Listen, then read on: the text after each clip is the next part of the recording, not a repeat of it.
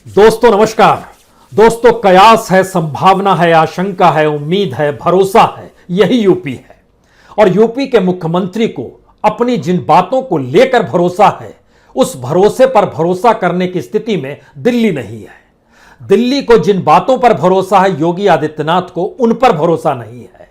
और इन दो भरोसे और संभावना आशंका के बीच एक उम्मीद आरएसएस को इस बात की रही कि दरअसल संवाद बन जाए तो शायद रास्ता निकल आएगा।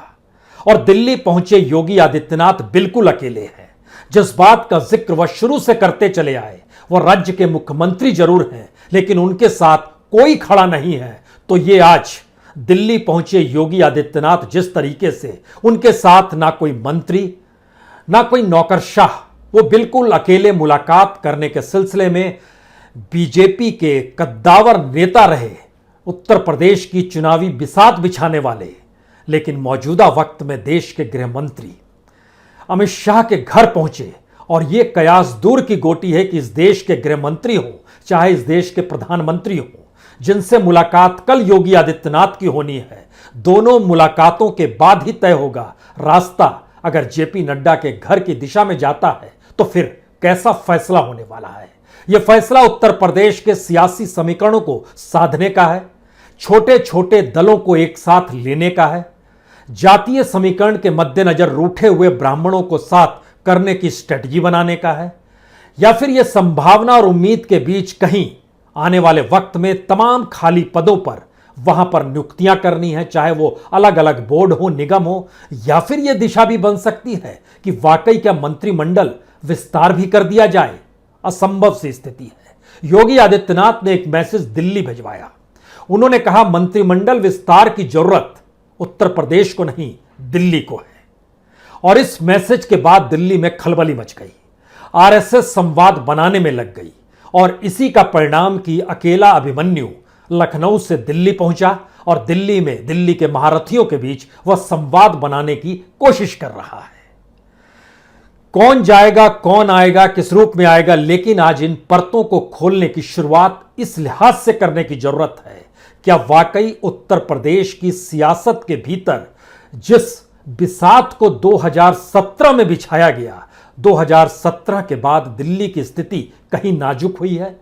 और योगी आदित्यनाथ जो नाजुक वक्त में उत्तर प्रदेश की गद्दी संभाले थे, मौजूदा वक्त में वह ताकतवर हो चले हैं। फहरिस्त लंबी है, क्योंकि इस दौर में छत्तीसगढ़ की सत्ता गई, इस दौर में ही राजस्थान की सत्ता गई, इस दौर में मध्य प्रदेश का भी चुनाव आ रहे, लेकिन उसके बाद तमाम जोड़ तोड़ करके शिवराज दोबारा मुख्यमंत्री जरूर बन गए। लेकिन स्थितियों ने नाजुक किया पश्चिम बंगाल के चुनाव ने। और 7 अप्रैल को जब अमित शाह ने इस बात का जिक्र किया था कि बंगाल की जीत यूपी की जीत पर भी भारी होगी, तो इसे गांठ बांध ली थी योगी आदित्यनाथ ने। आज तो जिक्र इस बात का नहीं किया, लेकिन योगी आदित्यनाथ अपने आप की मौजूदगी इस स्थिति में जरूर कराना चाहते रहे कि दरअसल भरोसा उन पर करना सीखना होगा। चंद दिनों के बाद ही जिला पंचायत अध्यक्ष का चुनाव भी होना है, उसके बाद ब्लॉक प्रमुख का भी चुनाव होना है जुलाई के महीने में, जो एक बिसात बिछाएगा कि असल में कितनी जमीन ग्रामीण इलाकों में बीजेपी की बची है। और बीजेपी यह मानकर चल रही है कि अगर ग्रामीण इलाकों में बीजेपी के पांव उखड़ गए तो शहर में तो पहले ही स्थिति और हवा उनके खिलाफ हो चली है। क्योंकि जिस तरीके से दियारा के इलाके में शवों को लोगों ने देखा, जिस तरीके से अस्पतालों की हालत देखी, लेकिन योगी आदित्यनाथ को भरोसा है और उन्होंने भरोसा दिलाया कि वह तो गांव-गांव जिस लिहाज से घूम रहे हैं, जहां भी कोई बीमार मिल जाता है, दवाई उसके दरवाजे पर नौकरशाह को जाकर पहुंचने की पूरी तरीके से निर्देश दे दिए गए हैं। और इतने बड़े राज्य को वो जिस लिहाज से संभाले हुए हैं, यह सबके बूते की बात नहीं है। यानी अपनी गवर्नेंस की सफलता और अपनी पहलकदमी को योगी आदित्यनाथ दिल्ली के दरबार में बता रहे हैं। दिल्ली का दरबार समीकरण नाप रहा है, समीकरणों के आश्रय वह चाहता है कि योगी आदित्यनाथ को भी नाप दिया जाए। लेकिन आरएसएस चाहती है कि संवाद बन जाए, संवाद के आश्रय कोई रास्ता ऐसा निकले जिसके जरिए आरएसएस की जमीन भी जो उत्तर प्रदेश में तमाम मुद्दों के आश्रय एक वक्त जड़ों के साथ जमीन के नीचे थी, मौजूदा वक्त में वह भी सतह पर आ गई है, क्योंकि गेरुआ वस्त्र पहने योगी आदित्यनाथ और सियासी तिकड़में करते दिल्ली के दरबार के महारथी, इन परिस्थितियों के बीच में आरएसएस कहीं नहीं है। आरएसएस किस रूप में मौजूद है और आरएसएस की परिस्थितियां कैसे जी रही हैं, तमाम बातों के लिए हमें लगता है कुछ मुद्दों पर तुरंत ध्यान दीजिए। जिला पंचायत अध्यक्ष का चुनाव इसी 20 जून को होना है या 20-22 जून के भीतर होना है। ब्लॉक प्रमुख का चुनाव जुलाई में होना है। मंत्रिमंडल के विस्तार का दबाव लगातार इस रूप में बनाया गया कि वहां पर किसी ना किसी तरीके से नौकरशाह जो गुजरात से चले थे, जो एमएलसी बन गए, एक शर्मा साहब, उनको जगह दी जाए और उनके मातहत चीजें चले और दिल्ली उनके जरिए निगरानी रख सके। यह ना तो लोकतांत्रिक तरीके से सही होगा और ना ही मैसेज उत्तर प्रदेश के भीतर जाएगा। इस बात का जिक्र योगी आदित्यनाथ ने खुले तौर पर किया है। योगी आदित्यनाथ जितिन प्रसाद को लेकर भी यह मानकर चल रहे हैं कि दरअसल ब्राह्मणों की मौजूदगी नौकरशाही में भी बहुतायत के तौर पर है। हां, यह जरूर है कि जो की पोस्ट है वहां पर ज्यादातर ठाकुरवाद है, ठाकुरों की परिस्थिति ज्यादा मजबूत है, इससे इनकार उनको कतई नहीं है। लेकिन ब्राह्मण की अपनी राजनीतिक समझ बीजेपी के बाहर किसी दूसरे राजनीतिक दल में फिट बैठती नहीं है। इस बात का जिक्र भी अपने तौर पर योगी आदित्यनाथ दिल्ली के दरबार में करते हैं और कर रहे हैं।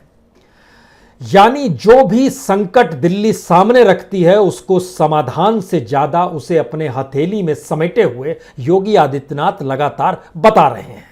लेकिन उसके आगे का बड़ा सवाल यह है कि दरअसल अकेले अपने पैरों पर योगी आदित्यनाथ अगर बीते 4-4.25 साल से खड़े हैं और दिल्ली में भी बिल्कुल अकेले पहुंचे हैं और उन नेताओं के सामने एक एक करके उनको मुलाकात करनी है, क्या यह एक योगी आदित्यनाथ पर दबाव की परिस्थितियां हैं?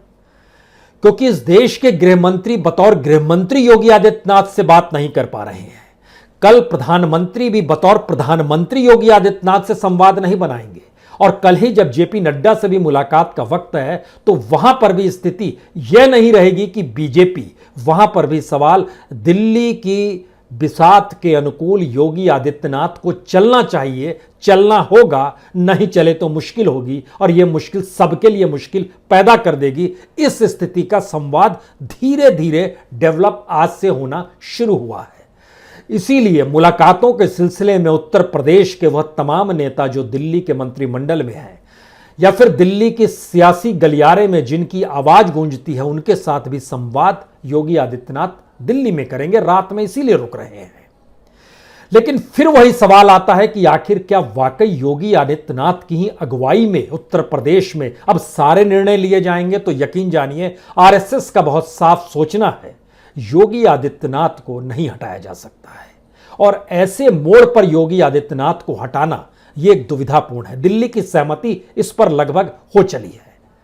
दूसरी स्थिति बनती है कि अगर ये मुख्यमंत्री रहेंगे तो निर्णय कौन लेगा और निर्णय लेते हुए नजर कौन आना चाहिए? क्या वह नजर आने चाहिए जो दिल्ली द्वारा भेजे गए अलग अलग पदों पर काम कर रहे हैं, या फिर जो बीएल संतोष की रिपोर्ट थी या जो राधा मोहन सिंह जिस मुलाकात के साथ वापस लौटे और कह रहे थे कि योगी आदित्यनाथ के अनुकूल कोई परिस्थिति नहीं रहनी चाहिए? दरअसल पहली बार मुश्किल यह है दिल्ली के सामने, किसान आंदोलन पूरे तरीके से सियासी हो चला है। पश्चिम बंगाल के बाद और पश्चिम बंगाल में जो टिकैत और ममता की मुलाकात हुई उसके बाद किसान संघ अपने तौर पर मानकर चल रहा है कि उत्तर प्रदेश के जिले जिले में किसानों को एक साथ लाना होगा। तो ऐसे में जिन जातियों का प्रभाव ग्रामीण इलाकों में है, उन जातियों के साथ संवाद दोबारा बनाना होगा। इसका जिक्र दिल्ली दरबार लगातार कर रहा है और योगी आदित्यनाथ से कह रहा है कि दरअसल उत्तर प्रदेश का चुनाव ठाकुर या ब्राह्मणों का चुनाव नहीं है, उसमें बड़ी तादाद में दलित और अति दलित भी हैं और उसमें ओबीसी की एक लंबी फहरिस्त है जिसमें छोटे छोटे दल भी बड़े मायने रखते हैं। आप कुछ भी करिएगा, चुनाव जीतने की गारंटी कैसे पहले दे दीजिएगा? चुनाव जीतने की गारंटी तो हमने और आरएसएस ने पश्चिम बंगाल को लेकर भी दी थी और शायद यही वो मंत्र है जिसमें इस बात का जिक्र हुआ कि पश्चिम बंगाल में जो ध्रुवीकरण था आरएसएस ने उस पर मुहर लगाई थी और उसी के बाद पूरी दिल्ली सरकार का मतलब देश की सरकार, जिसमें प्रधानमंत्री भी, गृह मंत्री भी, रक्षा मंत्री भी, तमाम मंत्री और कई राज्यों के मुख्यमंत्री जिन्होंने सब कुछ पश्चिम बंगाल में झोंक दिया, बावजूद उसके ममता बनर्जी पिछली बार की सीटों की तुलना में ज्यादा सीट ले गई। यह अलग मसला है कि पश्चिम बंगाल में 3 से आप 75 पार कर गए, लेकिन सवाल तो सत्ता पाने का था। और बीजेपी और आरएसएस अब योगी आदित्यनाथ को यही समझा रहे हैं कि दरअसल सत्ता पास में रहनी चाहिए। आप इसकी स्ट्रेटजी बनाइए। इस स्ट्रेटजी को बनाने के लिए जो चुनाव पंचायत के हुए हैं उसके रिजल्ट हमारे अनुकूल नहीं थे। अब हमारे सामने जो 75 जिला पंचायत अध्यक्ष के चुनाव हैं उसमें आप कोई गारंटी दे सकते हैं कि हम 60 से 65 सीट जीत जाएं? क्या आप ये जानकारी दे सकते हैं कि जो ब्लॉक प्रमुख चुनाव होगा उसमें लगभग 2/3 से ज्यादा बीजेपी जीतेगी, कब्जा करेगी सीटों पर? क्या इसके लिए कोई स्ट्रेटजी है? या जो काम को आप कर रहे हैं और बता रहे हैं कि हमने, चाहे वो कोरोना का जिक्र हो, चाहे अपराधियों का जिक्र हो, इन सबों को आपने ठिकाने लगाया, इससे कोई दिक्कत नहीं। कोरोना को लेकर आपकी पहलकदमी वाकई बेहतरीन है। जब राज्य में कोई विपक्ष का नेता नहीं निकला, वह घूमा नहीं, चाहे वो अखिलेश यादव हो, चाहे प्रियंका गांधी अपने तौर पर संभाल रही हो, आप ही निकले, आप ही ने संभाला। यह संवाद है। उस संवाद के भीतर का संवाद यह है कि इसका मतलब यह है कि एक ऐसी बिसात सियासी तौर पर चाहिए जिसमें अनुकूल स्थिति बन जाए और संभल संभल के आपको एक एक डग आगे बढ़ाना पड़ेगा। लेकिन अगर मैसेज ये जाएगा कि दिल्ली और यूपी टकरा रहे हैं, मैसेज अगर जाएगा कि चलेगी किसकी, मैसेज अगर जाएगा कि आप ही चेहरा हैं, तो फिर चीजें संकीर्ण और सिमटती चली जाएगी। इनसे कैसे बचा जाए, इसके लिए हमें इस पर संवाद आगे बनाना होगा। दिल्ली में यह मुलाकात उसी संवाद को एक विस्तार देने की जरूरत के साथ बनाई गई है। और यह संवाद इसलिए महत्वपूर्ण है क्योंकि दिल्ली दरबार भी इस बात को जान चुका है कि उत्तर प्रदेश की स्थिति अनुकूल नहीं है। लोगों के भीतर आक्रोश है। अलग अलग तरीके से जो भी गवर्नेंस संभाली गई योगी आदित्यनाथ के जरिए, उसमें जाति, जो उनकी अपनी जाति थी, उसका कहीं ना कहीं वर्चस्व हो गया। इन परिस्थितियों में जो छोटे छोटे दल थे या जो छोटी छोटी जातियों ने जो अपनी अपनी प्रतिनिधि को जरिए पहचान बनाई हुई थी, यानी वो गठबंधन का चेहरा भी इस प्रोसेस में गायब होने लगा। इसीलिए अब छोटे छोटे लोगों को भी और छोटे छोटे दलों के उन छोटे नेताओं को भी बुलाया जा रहा है जिनकी हैसियत चाहे 5 सीट पर ही क्यों ना हो, लेकिन उनको भी दिल्ली दरबार महत्व देगी। और आपको उनके साथ संवाद बनाना होगा, उनके लोगों को पदों पर स्थापित करना होगा। वह कोई बोर्ड होगा, कोई निगम होगा। और इसीलिए यह बात का जिक्र हो रहा है कि आप मंत्रिमंडल विस्तार कीजिए, जिससे मैसेज जाए कि दरअसल ये तमाम छोटे छोटे दल हमारे साथ खड़े हैं। क्योंकि यह एक लंबी फहरिस्त है। क्या योगी आदित्यनाथ को दिल्ली समझा पाएगी, या योगी आदित्यनाथ ये मानकर चल रहे हैं कि दिल्ली उन्हें फंसा रही है? दरअसल यही वो गैर भरोसे की जमीन है जिसमें दिल्ली जैसे ही बुलाती है योगी आदित्यनाथ को लगता है फंसाया जा रहा है। और आरएसएस ने जब संवाद बनाने का रास्ता बनाना शुरू किया, तब भी योगी आदित्यनाथ का एक ही सवाल था, जिन स्थितियों में हमने उत्तर प्रदेश को संभाला है, उन स्थितियों में उत्तर प्रदेश को संभाल पाने की स्थिति में कोई नहीं होता। सवाल हमसे रूठे विधायकों का नहीं है। सवाल यह नहीं है कि डिप्टी सीएम को कोई आज की तारीख में उत्तर प्रदेश में जानता है या नहीं जानता है, या वो रूठे हुए हैं। सवाल यह है कि क्या वह खुद अपने तौर पर उत्तर प्रदेश के मुख्यमंत्री योगी आदित्यनाथ से कोई संवाद बना रहे थे, या संवाद के लिए भी वह दिल्ली दरबार के रास्ते से निकलकर लखनऊ आते थे। चाहे वो दिनेश शर्मा का जिक्र हो, चाहे केशव प्रसाद मौर्य का जिक्र हो, चाहे एक लंबी फेरिस्त हो। और इस बात का जिक्र योगी आदित्यनाथ ये कहकर कर रहे हैं कि दरअसल हमारे यहां भी मंत्रिमंडल में, और आपने भी तो महेंद्र पांडे को कैबिनेट में रखा है, वह भी तो उत्तर प्रदेश के ब्राह्मण हैं। फिर यह मैसेज क्यों जा रहा है जैसे सबसे बड़े ब्राह्मण नेता के तौर पर जतिन प्रसाद आ गए हैं? ये सारे सवालों को ही कहीं ना कहीं एक साफगोई के साथ दूर किया जाए, इसी के लिए यह दिल्ली की बैठक है। इस बैठक में कोई निर्णय होगा या नहीं होगा, यह इसलिए शायद एक बहुत दूर की गोटी है क्योंकि उत्तर प्रदेश में चेहरा नहीं बदलेगा। यह एक सहमति लगभग बन रही है। उत्तर प्रदेश के भीतर में जो डिप्टी सीएम है, उनको अधिकार क्षेत्र और उनकी भागीदारी कैसे बढ़ाई जाए, इसको लेकर भी एक संवाद की परिस्थिति है। क्योंकि बार बार इस बात का जिक्र आता है कि केशव मौर्य रूठे हुए हैं। केशव मौर्य के बारे में जानना चाहिए कि दरअसल वह अशोक सिंघल के दायरे से निकल कर आए हुए हैं, यानी वह उससे पहले इस राजनीति में जब मुख्य तौर पर इतने सक्रिय नहीं थे, वह अशोक सिंघल जी के साथ हुआ करते थे जब अयोध्या आंदोलन चल रहा था, और उसमें उनकी भूमिका अशोक सिंघल जी के यहाँ कम से कम जाति समीकरण के लिहाज से और संवाद बनाने के लिहाज से होती थी, इसीलिए उन्हें महत्व भी दिया गया। लेकिन जब योगी आदित्यनाथ आ गए तो योगी आदित्यनाथ का अपना जो पूरा का पूरा गेरुआ ढांचा है, उन्होंने सारी चीज़ें जो भी हिंदुत्व को लेकर थी, आरएसएस के भीतर जो भी सवाल थे, उन्हें एक झटके में धराशायी कर दिया। अब सवाल सबसे बड़ा ये आया गया है कि अगर उत्तर प्रदेश की सियासत को साधने के लिए अमित शाह सक्रिय होते हैं, प्रधानमंत्री स्ट्रेटजी बनाने के साथ उन्हें जानकारी देते हैं कि हम लोग इस रूप में चलेंगे और बातचीत कीजिए जेपी नड्डा से, वह जेपी नड्डा के पास जाते हैं और उसके बाद एक संवाद करते हैं कि ठीक है हम एक स्ट्रेटजी बना रहे हैं, तो इन तीनों से मुलाकात के बाद योगी आदित्यनाथ के पर कतर दिए गए। एक चीज और समझनी होगी, उत्तर प्रदेश को संभालने के लिए बड़ी पूंजी की जरूरत है, बहुत पैसा चाहिए। यह पैसा योगी आदित्यनाथ के बूते में नहीं है, यह दिल्ली के ही बूते में है, क्योंकि उत्तर प्रदेश को जो भी जिस रूप में भी वहां पर पैसे का दोहन हुआ, वह दोहन योगी आदित्यनाथ नहीं कर रहे थे, बल्कि दिल्ली से भेजे गए दिल्ली दरबार के जो भी प्यादे और कनिंदे थे, वो वहां पर अलग अलग पदों पर बैठकर वहां पर तमाम पैसे की आवाजाही को देख रहे थे। सवाल यह नहीं है कि कितनी नीतियों के आश्रय उत्तर प्रदेश में कितना निवेश हो गया, सवाल यह है कि जब उत्तर प्रदेश का चुनाव होगा तो उसमें योगी आदित्यनाथ एक व्यक्ति भर हैं। दिल्ली दरबार यह समझाना चाहता है, यही बताना चाहता है कि आप एक व्यक्ति भर यानी एक कार्यकर्ता भर हैं। आप वहां पर मुख्यमंत्री बनकर जैसे ही चुनाव मैदान में जाएंगे, कुछ सवाल निकल कर आएंगे, उस सवाल के लिए जवाब आपके पास नहीं होगा। वह पूंजी नहीं होगी, वह समीकरण नहीं होगा, वह बिसात पर खड़े प्यादे नहीं होंगे, क्योंकि आप खुद कह रहे हैं कि आप अलग थलग अकेले पड़ गए। ये सही है कि आप अडिग रहे, तो क्या इन मुलाकातों के बीच अभिमन्यु का क्या होगा? सियासी तौर पर समझाया जाएगा या सियासी तौर पर अभिमन्यु की एक लिहाज से राजनीतिक मौत होगी? ये कुछ ऐसे सवाल हैं जिन सवालों का जवाब शायद किसी भी हालत में 20 तारीख से पहले आ जाएगा, हो सकता है उससे पहले ही आ जाए। लेकिन इस परिस्थिति में अगर अभिमन्यु को जिंदा रहना है, अभिमन्यु को साथ चलना है, तो उसमें इन बातों को समझाने के लिए ही यह जानकारी दी जा रही है कि चुनाव वैसे नहीं लड़ा जाता है जैसा आप सोच रहे हैं। चुनाव वैसा लड़ा जाता है जो 2017 में, जब ना तो आप मुख्यमंत्री पद के उम्मीदवार थे, तब आपको लेकर मुख्यमंत्री बनाया गया, और आरएसएस भी इस बात को समझ रही है कि दरअसल उत्तर प्रदेश के भीतर ही वो सारे मुद्दे हैं जो सही मायने में संघ परिवार का भी ग्राउंड जीरो है।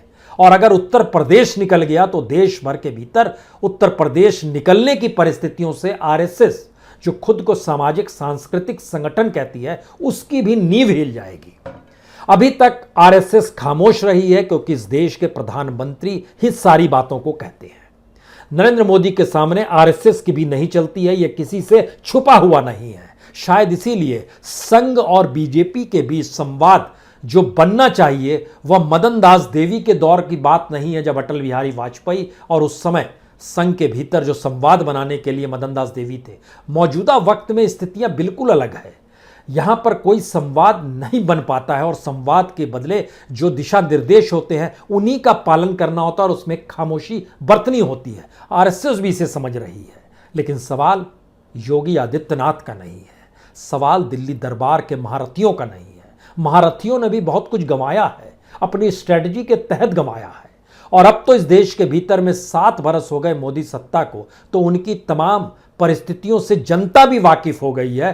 तो आरएसएस के सामने सबसे बड़ा संकट यह है कि आखिर दिल्ली के महारथी और उत्तर प्रदेश के मुख्यमंत्री इस बात को समझने की कोशिश करें संवाद बनाकर कि उन्हें इस बार राजनीतिक दलों से ज्यादा उस आम जनता से संघर्ष करना है, जिस आम जनता के भीतर बहुत सारे सवाल योगी आदित्यनाथ को लेकर भी है और दिल्ली दरबार को लेकर भी है। और यह स्ट्रेटजी बनाने के लिए दिल्ली सरकार या दिल्ली महारथियों के पास अथाह संपत्ति है, अथाह पूंजी है, जो हर चुनाव में निकल कर आती है। यह कतई इनकार नहीं है। पश्चिम बंगाल चुनाव में जितना पैसा फूका गया, यह किसी से छुपा हुआ नहीं है। योगी आदित्यनाथ की इतनी ताकत कतई नहीं है कि वह इतनी पूंजी का जुगाड़ कर सके।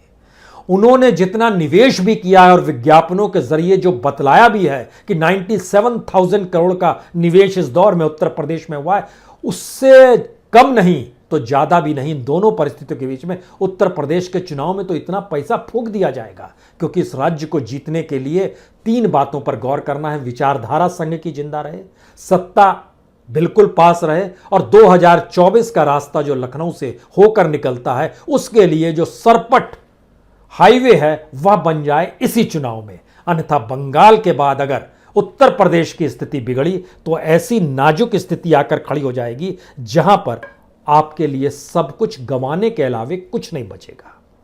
तो कयास लगाने की परिस्थितियां सिर्फ इतनी हैं कि दरअसल होगा क्या, मंत्रिमंडल विस्तार होगा या नहीं होगा। जो छोटे राजनीतिक दलों को साथ लाकर मंत्रिमंडल विस्तार की परिस्थिति होगा नहीं, कयास ये है।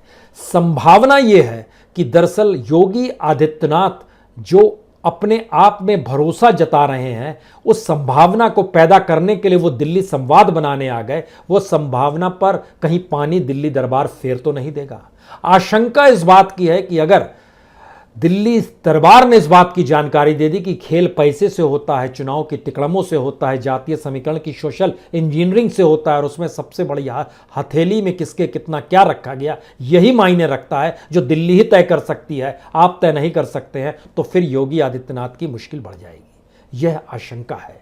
उम्मीद आरएसएस को है इस संवाद से कुछ निकल जाएगा, और इन सब को मिला दीजिएगा तो भरोसा इस बात का है कि दरअसल उत्तर प्रदेश का चुनाव इन परिस्थितियों के बावजूद भी हम जीत जाएंगे। लेकिन एक आखिरी बात, कहते हैं कि जब आपकी ताकत बढ़ती चली जाती है तब आप करप्ट कहीं ज्यादा हो जाते हैं।